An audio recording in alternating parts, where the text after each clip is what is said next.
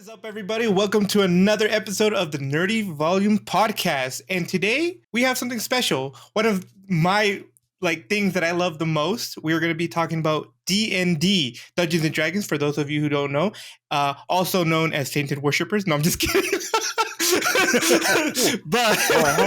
but not only that, but we are also we have a guest with us. Hayden is Randall's brother-in-law, and he is also a fan of D&D. And if you haven't noticed in his background, he's got a few little books I don't know about that. But yeah, so today we're going to be talking about D&D, maybe some basic stuff and some of the things that we have enjoyed of playing the game. And yeah. So let's turn it to 11, baby.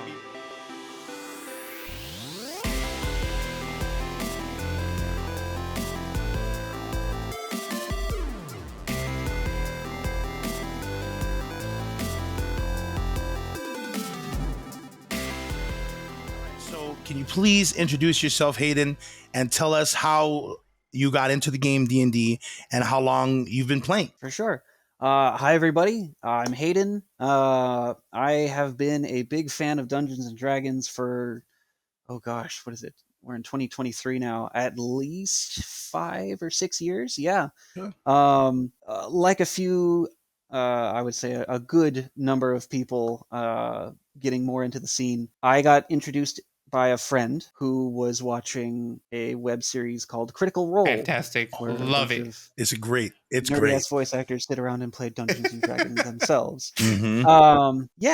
It was around the time when I was working an overnight position, and I had a lot of time available to watch these episodes and get really engrossed in what they do. Once I started watching a few episodes, I was like, I really want to try this out. I don't know any rules or anything, but I went online and I bought these books that you see here. They're beautiful, by the way.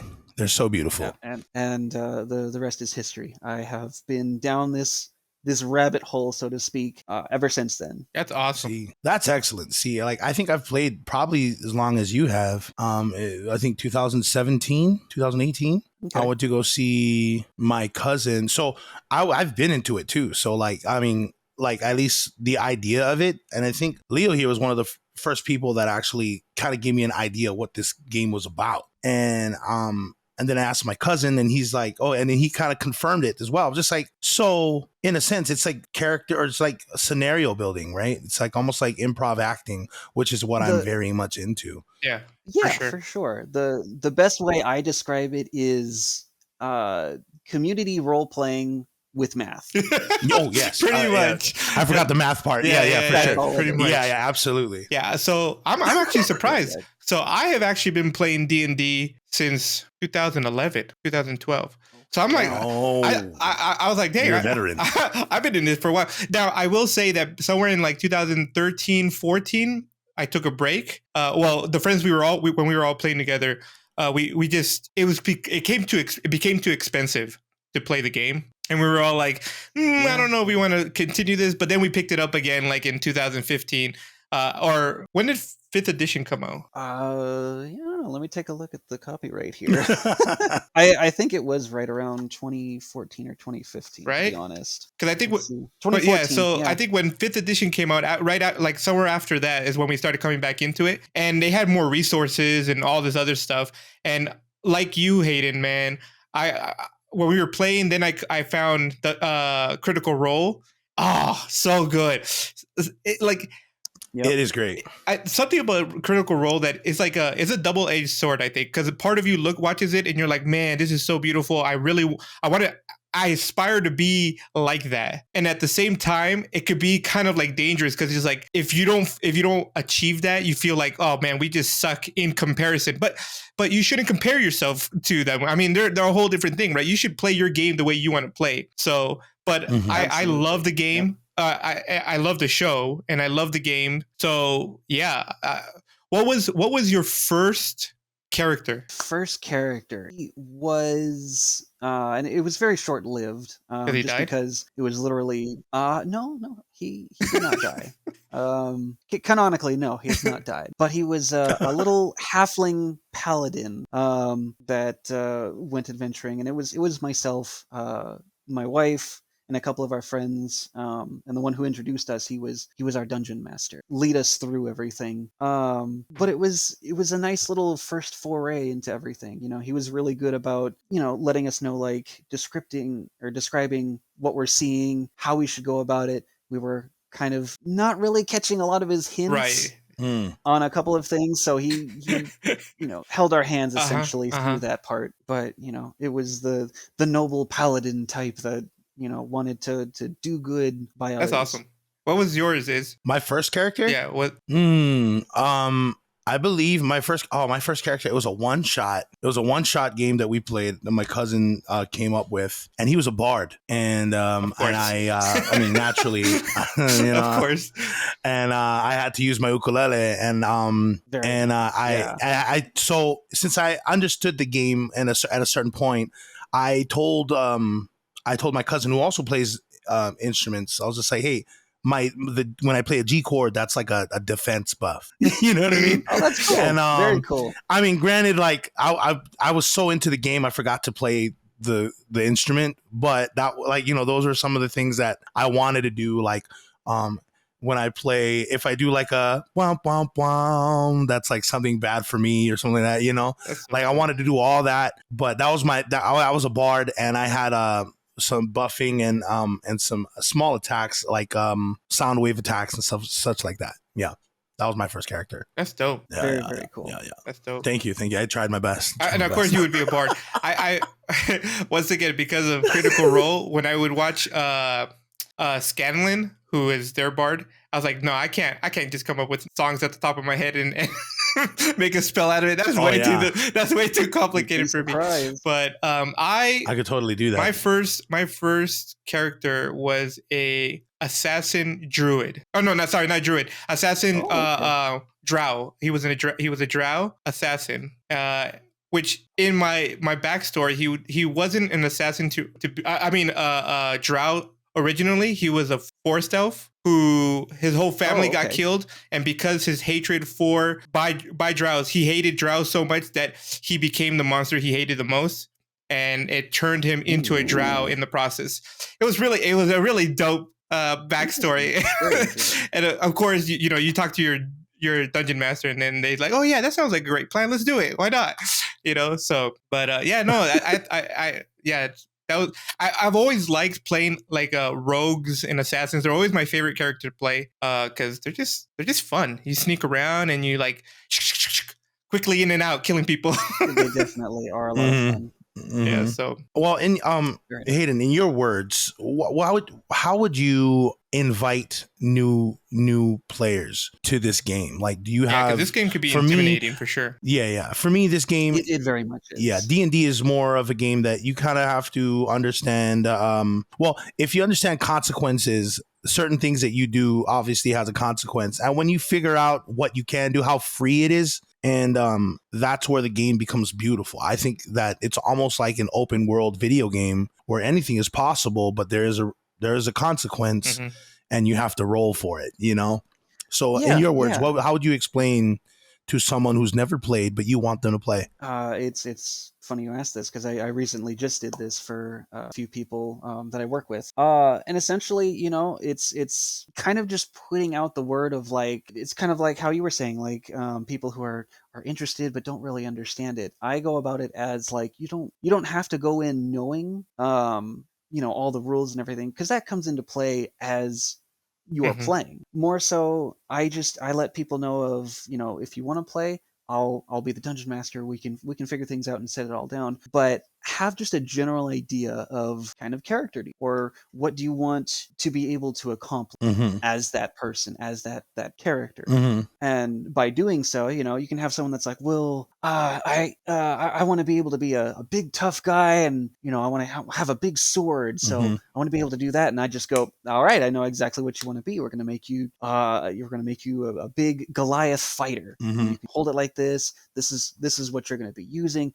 And it gives their idea and puts it on paper and gives them that concrete feeling, which that's what I kind of strive for. Yeah. Okay.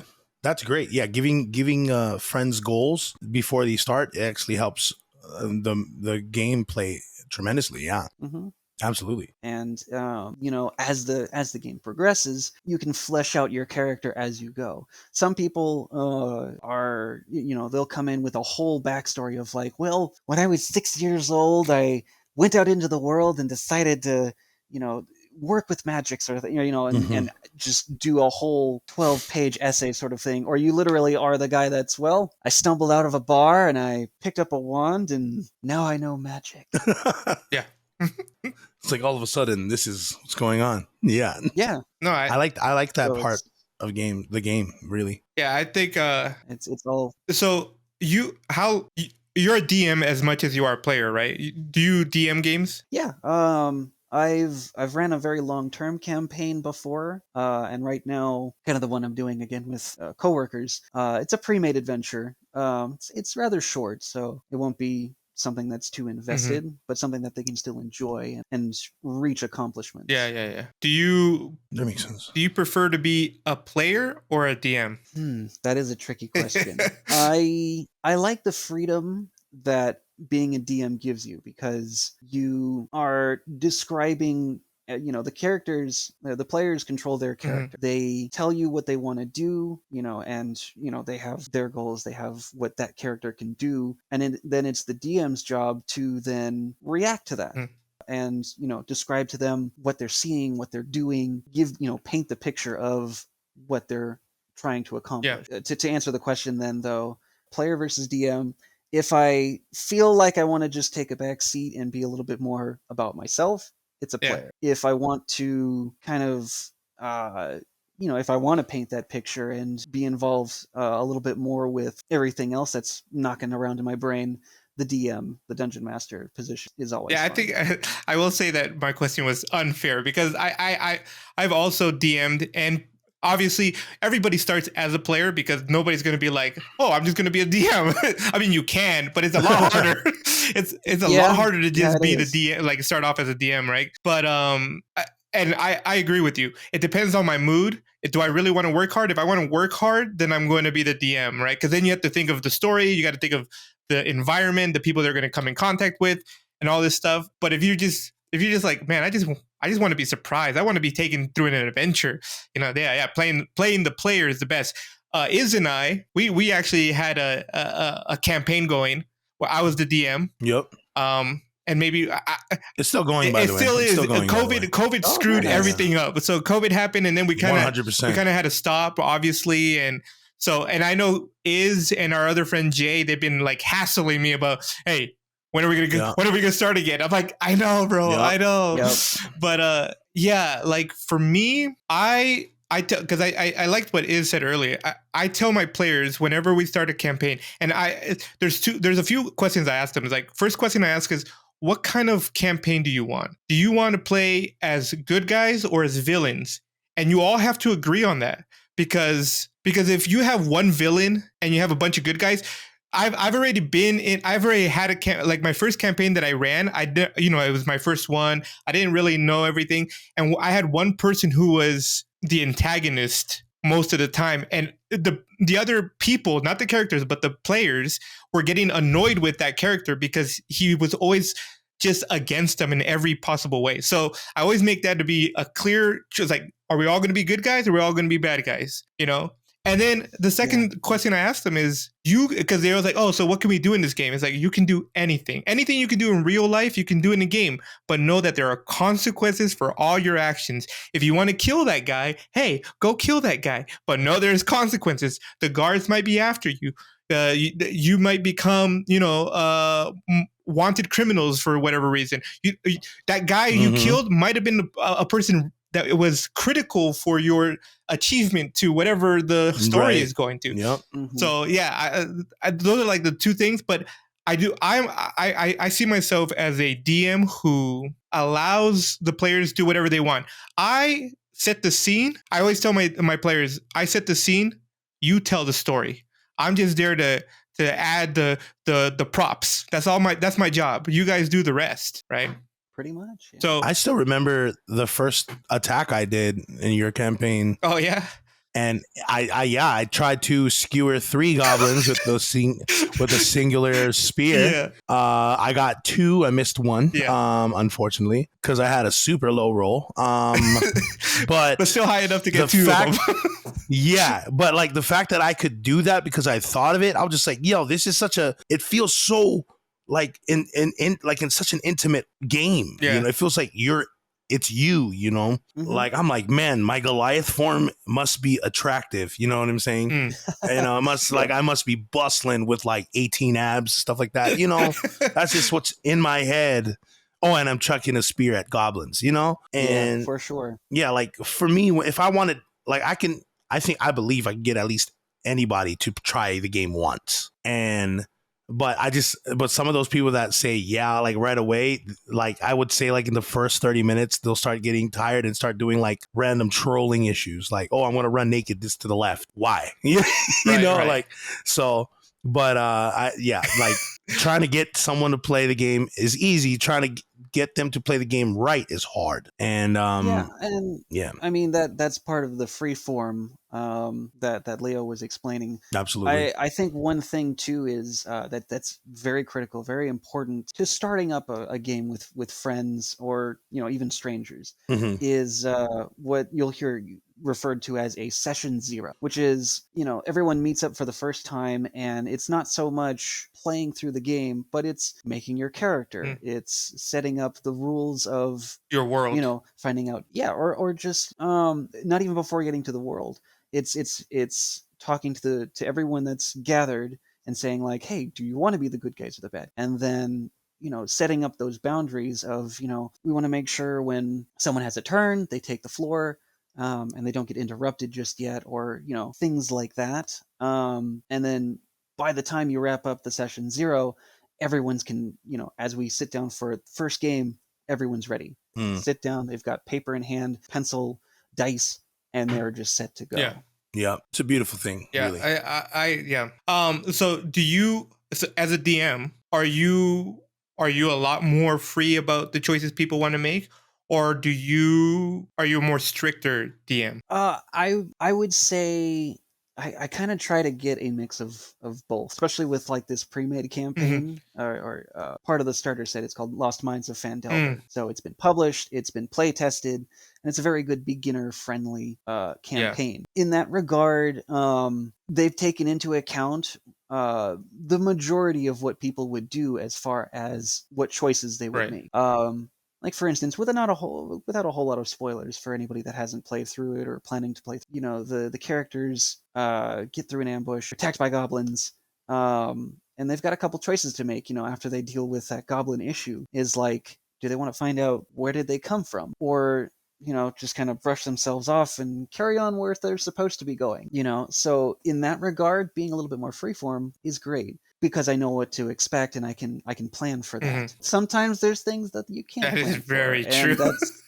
And That's one of the bigger things that you kind of that's the improv portion of the DM's job, is planning around like, oh, they don't want to find out where the goblins are going. They don't want to carry on. They want to sit here and make camp waiting for more goblins to show up. They can do that, and it doesn't push things along. So as a DM, I would find out something that would kind of be an excuse for them to kind of push the story along. Just a gentle nudge in the right direction. You don't want to hold their hands, but you want them to kind of get the hint. It's like, oh, we got to move from this position. Let's move that way a little bit without telling them, hey, rain came in and now your camp is washed away. What are you going to do now? I mean, that's, depending on how nice you want to be to exactly, them. Exactly. Right. You don't want to be too meta. Yeah, I get it. That is a good point. That's one thing that I always tell, like, I'm very open with what the players want to do for the most part. But if there's one thing I usually don't tolerate is meta gaming. If somebody starts to think as a player, I'm like, no, you can't. Your character doesn't know this information, so you cannot say those things, because why? Out of nowhere, that doesn't make sense. No, you can't do that. Think as your character, not as yourself. You might know what this monster is or what the situation might be, But yeah. That's a big thing. And dealing with it, that's another thing that's talked about in that session 0 is sitting down and being like, hey, we're all sitting at the table, but let's say, for instance, the cleric goes off to go say a prayer in their temple. Everyone else is waiting outside, and suddenly, there's a rogue, there's an assassin coming up behind him, and suddenly, for no reason whatsoever, one of them just pushes in. Wait, don't do that, and it's like your character would not have known that. Right. There was absolutely no way that would happen. Yeah, it's like you got to be like first person, Yeah, exactly. You got to look first person. All right. So obviously we got to dive in a little bit of your experiences with D&D. Is there anything that you wanted to specifically talk about, like with us on your end? Like, is there anything that you wanted to ask us about how we play D&D or anything like that? Or anything you want to talk about other than, just us giving you the questions and stuff like that, just trying to keep it like a big open discussion, Yeah, for sure. I would say, what is your guys' take on taking notes, essentially? Ooh, taking notes. Because that's a big thing too. And like literally off screen here, what I did is for my players, letting them know like, hey, keeping track of things is a good idea, having scratch paper. So composition notebook and, pencils, those are your best friends, in my opinion, as far as playing Dungeons and Dragons. I didn't even think of that. I say that, but then me personally, if I were to pull out my notebook, it's kind of a bit of a mess. As far as keeping track of things, looks like you're trying to solve gravity. That's funny because like if I'm DMing, I always tell people, hey, I recommend taking notes because I may say something today, and if you ask me like later, it's like, oh, isn't this what you said? I'll be like, I don't know. Is it what I said? Like that's your job to remember, not mine. Right. So, but as a player, I never take notes. As a player, I mean, I've never taken notes in school. I'm not gonna start it in D&D. I blame Leo because I don't take notes at all. He didn't tell me to take any notes. He was like my first real campaign. Like my cousin did the one-shot campaign, but we finished that day. Yeah. One shots are fun. Yeah. One shots, I don't really need notes, but campaigns, I didn't know. So now, Hayden, you have opened my eyes to notes is important. Note taking. Yeah, I didn't know that, Leo. my DM. And I mean, just things like just having a notebook, just so you can take the notes, again, the pencil. But as a DM, taking notes is critical too, that I've learned over a couple of years and a couple of different things. You listening, Leo? As a DM, I do take notes. Oh. You want to know my worst part as a DM? Coming up with names with my other friends that I would play with. Every time I would introduce a new person, the first thing they all ask me is like, "What's their name?" What's their name? And I'm like, I hate you guys. he's just a vendor. Who cares? The classic line. You walk into a tavern. Oh, what's the tavern keep's name? Who cares? Bob. Her name is Bob. Yeah. And then the follow-up question, the classic follow-up question is, what do they look like?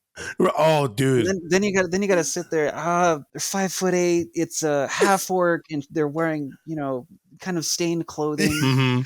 They all look it's funny the same because it's fresh. Yeah, and it's funny because it's like you're building it in your head, but everybody else is like completely like just dressing this character in their head. They're like, they're sitting there. Oh, right, really? right. I remember one half time orc. They ran into somebody on the street, and they're like, oh, what's their name? And I'm like, man, I don't know what their name is. And like, oh, come on, what's their name? And I'm like, so I gave them a name. It's like, you guys are literally only going to meet this person one time right now. You want me to give you this entire life history about this one person? It's like, yes. I'm like, I hate you guys. Need names for these NPCs. Yeah. Right? Yep.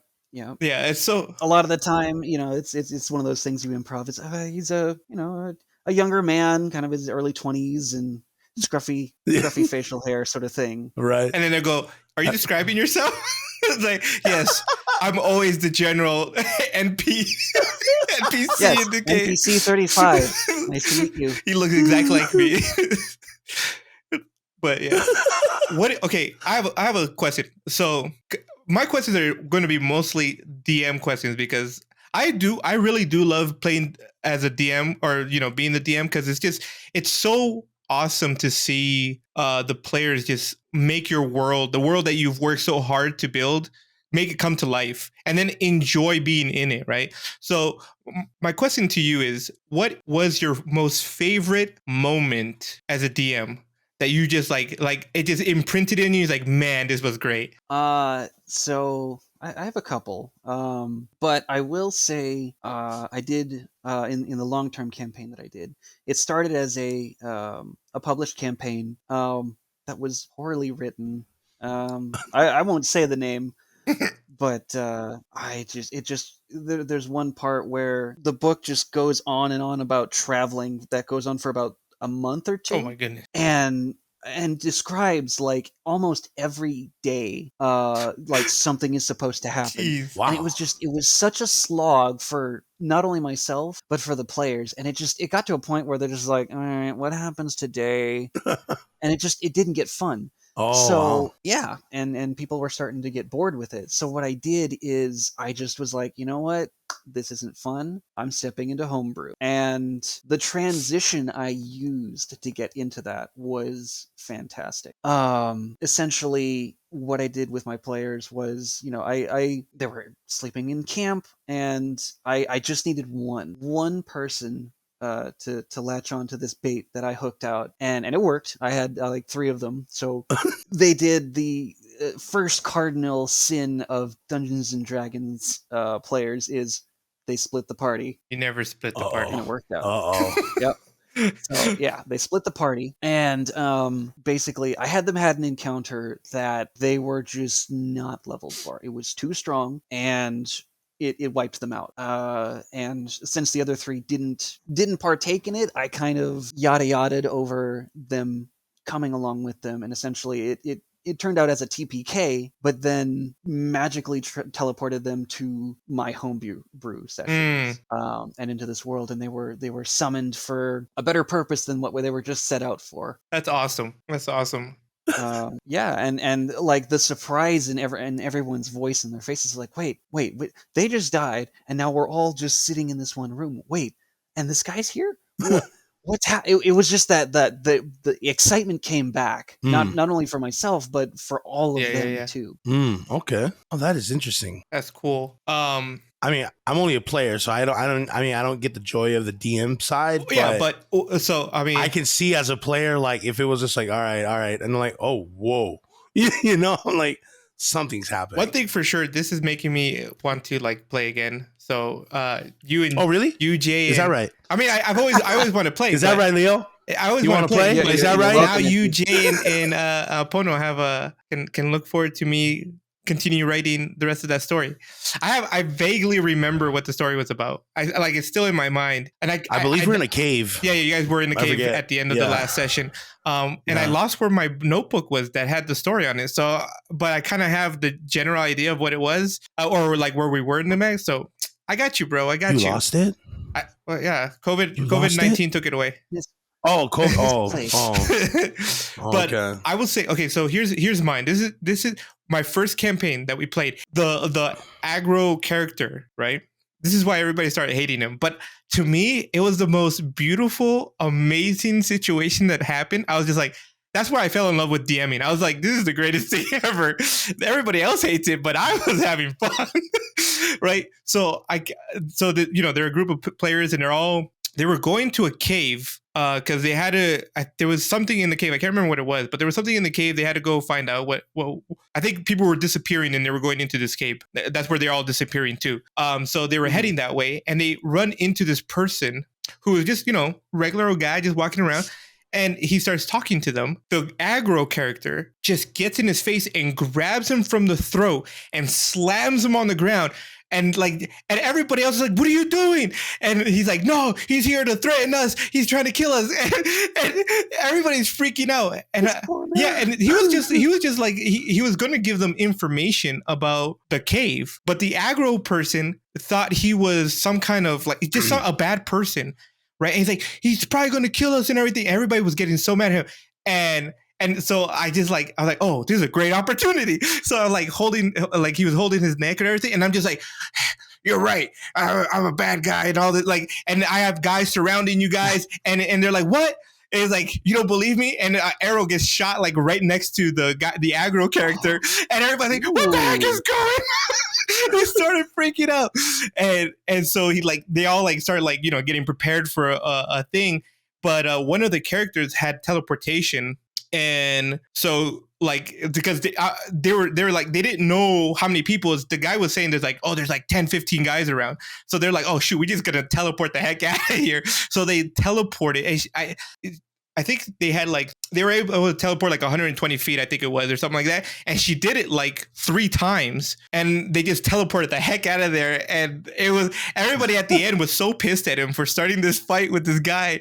And I was like, man, that was epic. My entire story was just thrown out the window, but I loved every second of it.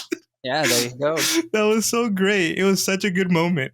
But that's my thing. And like I said, everybody's like, oh, no, we can't let that happen. It's like, hey, actions have consequences. This was the consequence of that, And I think later on, as we progress through the story, when they went into the cave, there was a gem in there that they accidentally broke, and it caused them to go back in time because they were really upset about fighting this guy, that they aggroed this guy or whatever. They got really upset about it. So I made it so that there's a gem, and they accidentally broke it, and it teleported them back in time to a day before that a scenario happened, and they dealt with it a whole different way. And in the end, they got their own little keep or whatever, and that guy became the keeper of the keep. He was their guard, and he had a crew, and they had a whole crew protecting the keep at all times. It just became a whole different thing. I was like, damn, this character was only supposed to last for 2 seconds, but whatever. He became a common NPC of the game. So it was pretty dope. And I think that's what I like. I like when you take my story and you throw it out the window, and we make something so much better all together. Yep, absolutely. Yeah. Mm-hmm. As a player, I consider myself those people that change this. I guess the party vibe or the mood, and I would say my brother's the same way. So so for me, I try to do the most outlandish move that I could do if I was ever fit, or a warrior at chucking a spear through 3 goblins. So that's the stuff I like to do. I was just like, I conjure up an ice ball, and I break it into pieces, and they become ice bullets. That stuff that I do because I watch a ton of anime. And so, and my brother is the type to use funny. He has a quirk that any female he runs into, he hits on. Yeah, he does. He hits on. Yeah, he does. His character hits on, and it's supposed to give him, I guess, charm or something. I forget the terms. I've only played as long as much as Leo let us play. Anyway, yeah. So it was supposed to help him get things from people gifts and such. I don't really remember. He's supposed to be a very charismatic character, which he was. His highest stat was charisma, so he's always just trying to be charming to everybody at all times. Yeah.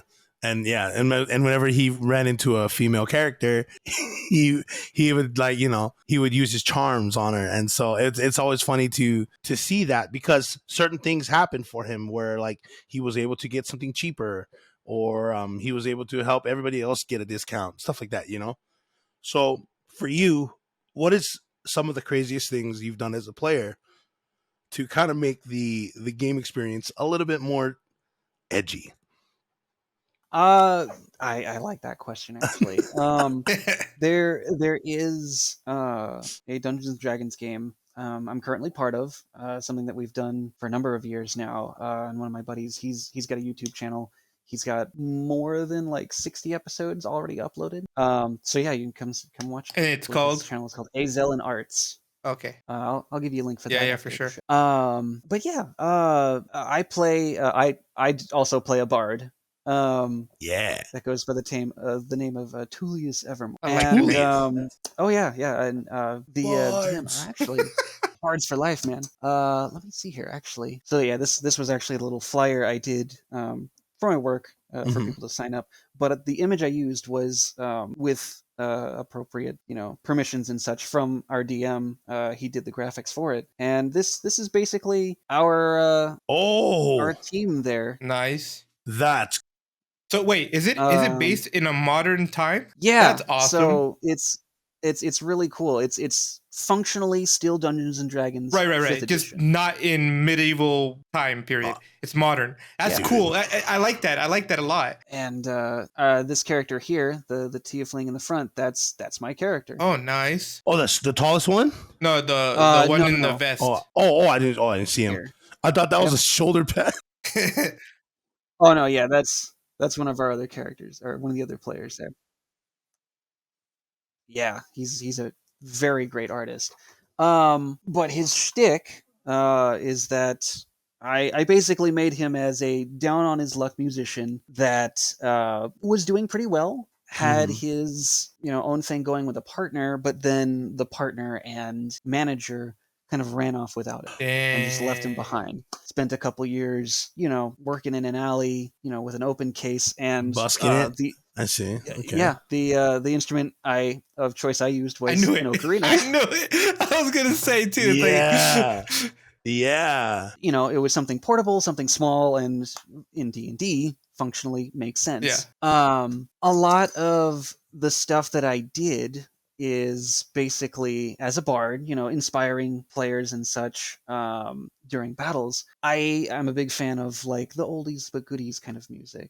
Everything ranging from like the 70s to late 80s. I like Eagles, Tower of Power, Chicago, all those really, really good performers and groups. And so off screen, I made a list of all of these songs that eventually I want to use. And I would do kind of the same thing that Critical Role's San Regal did. Put the song lyrics into what fits in context. Right. And that's always fun because it would be, we're fighting a dragon and I would somehow fill that in to like the tune of 25 to 6 or 4 by Chicago. Nice. And a few other things. That's awesome. I am not talented enough for that. Definitely not talented. Sure you are. No, It takes a trust little bit me. of time. I would not be able to do that.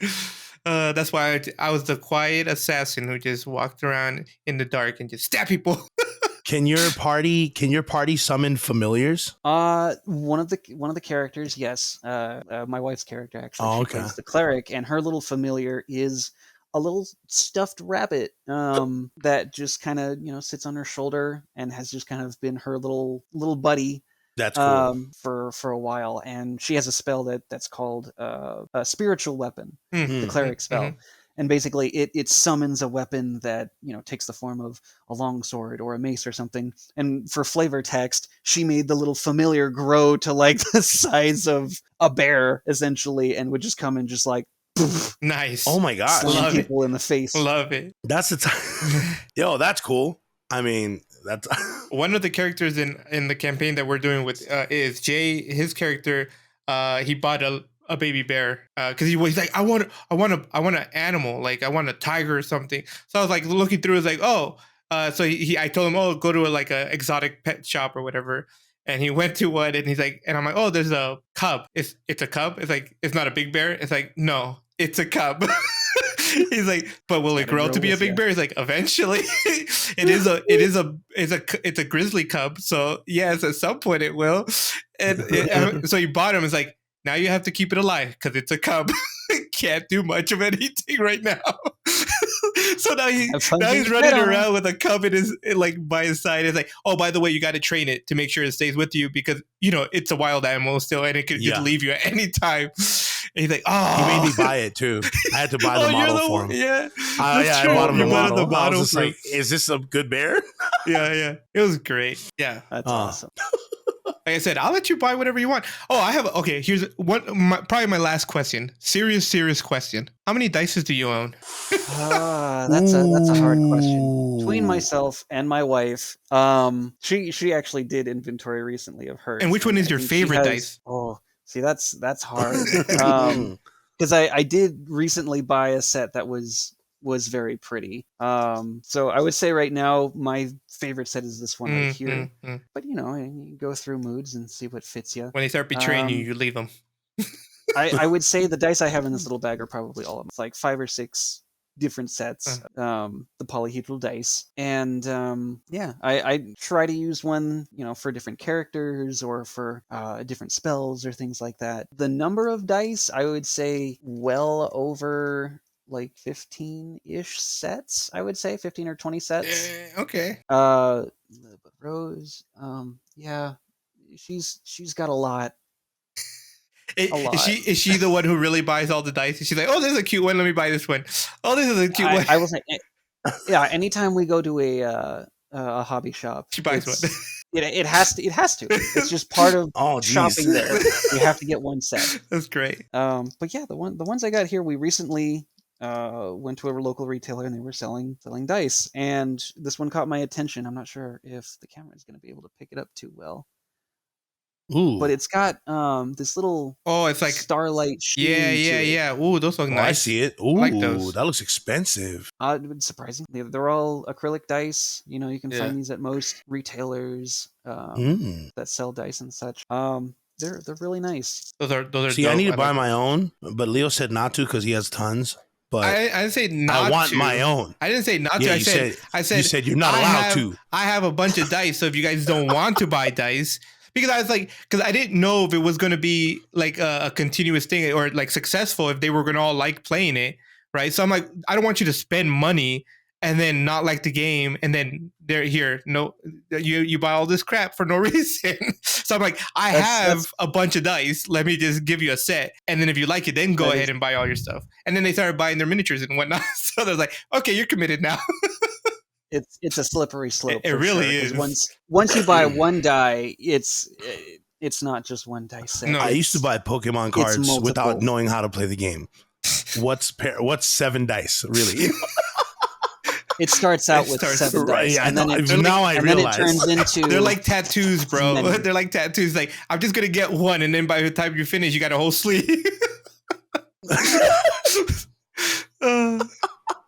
Oh man, dude, this has been great.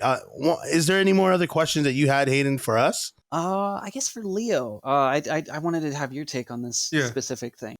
Because I will admit, having all of the accoutrement of using different accessories like spell cards, having all of the books is wonderful, and you guys were talking about having miniatures and things like that. Which is wonderful to have, and it gives you a good visual representation. But if you had the choice of, being more minimalistic or having that whole spread, which would you rather? Oh, that's a good question. I think I would have the spread. I like the visuals of having miniatures and having if you have like trees and swamps or whatever the heck your terrain is. Oh man, I'm so for it. Like, I luckily have a 3D printer, so I've printed a crap load of miniatures, a crap load of terrains, because I love seeing it. It's my favorite thing. But that doesn't say, because I've done a one shot with my brother and my wife, my sister, and my sister-in-law, and we didn't have any terrain. We didn't have anything. We just played with our, imagination. It's like, oh, and then this happened, and then that happened, and it was great. We had so much fun. Like they to this day, they keep telling me, oh, we should play another game. We should play. It's been like 4 years. So hey, you're not the only one, right? Well, I need to get together with them. Yeah, but if I had to choose, definitely have the spread, bro. I love the spread.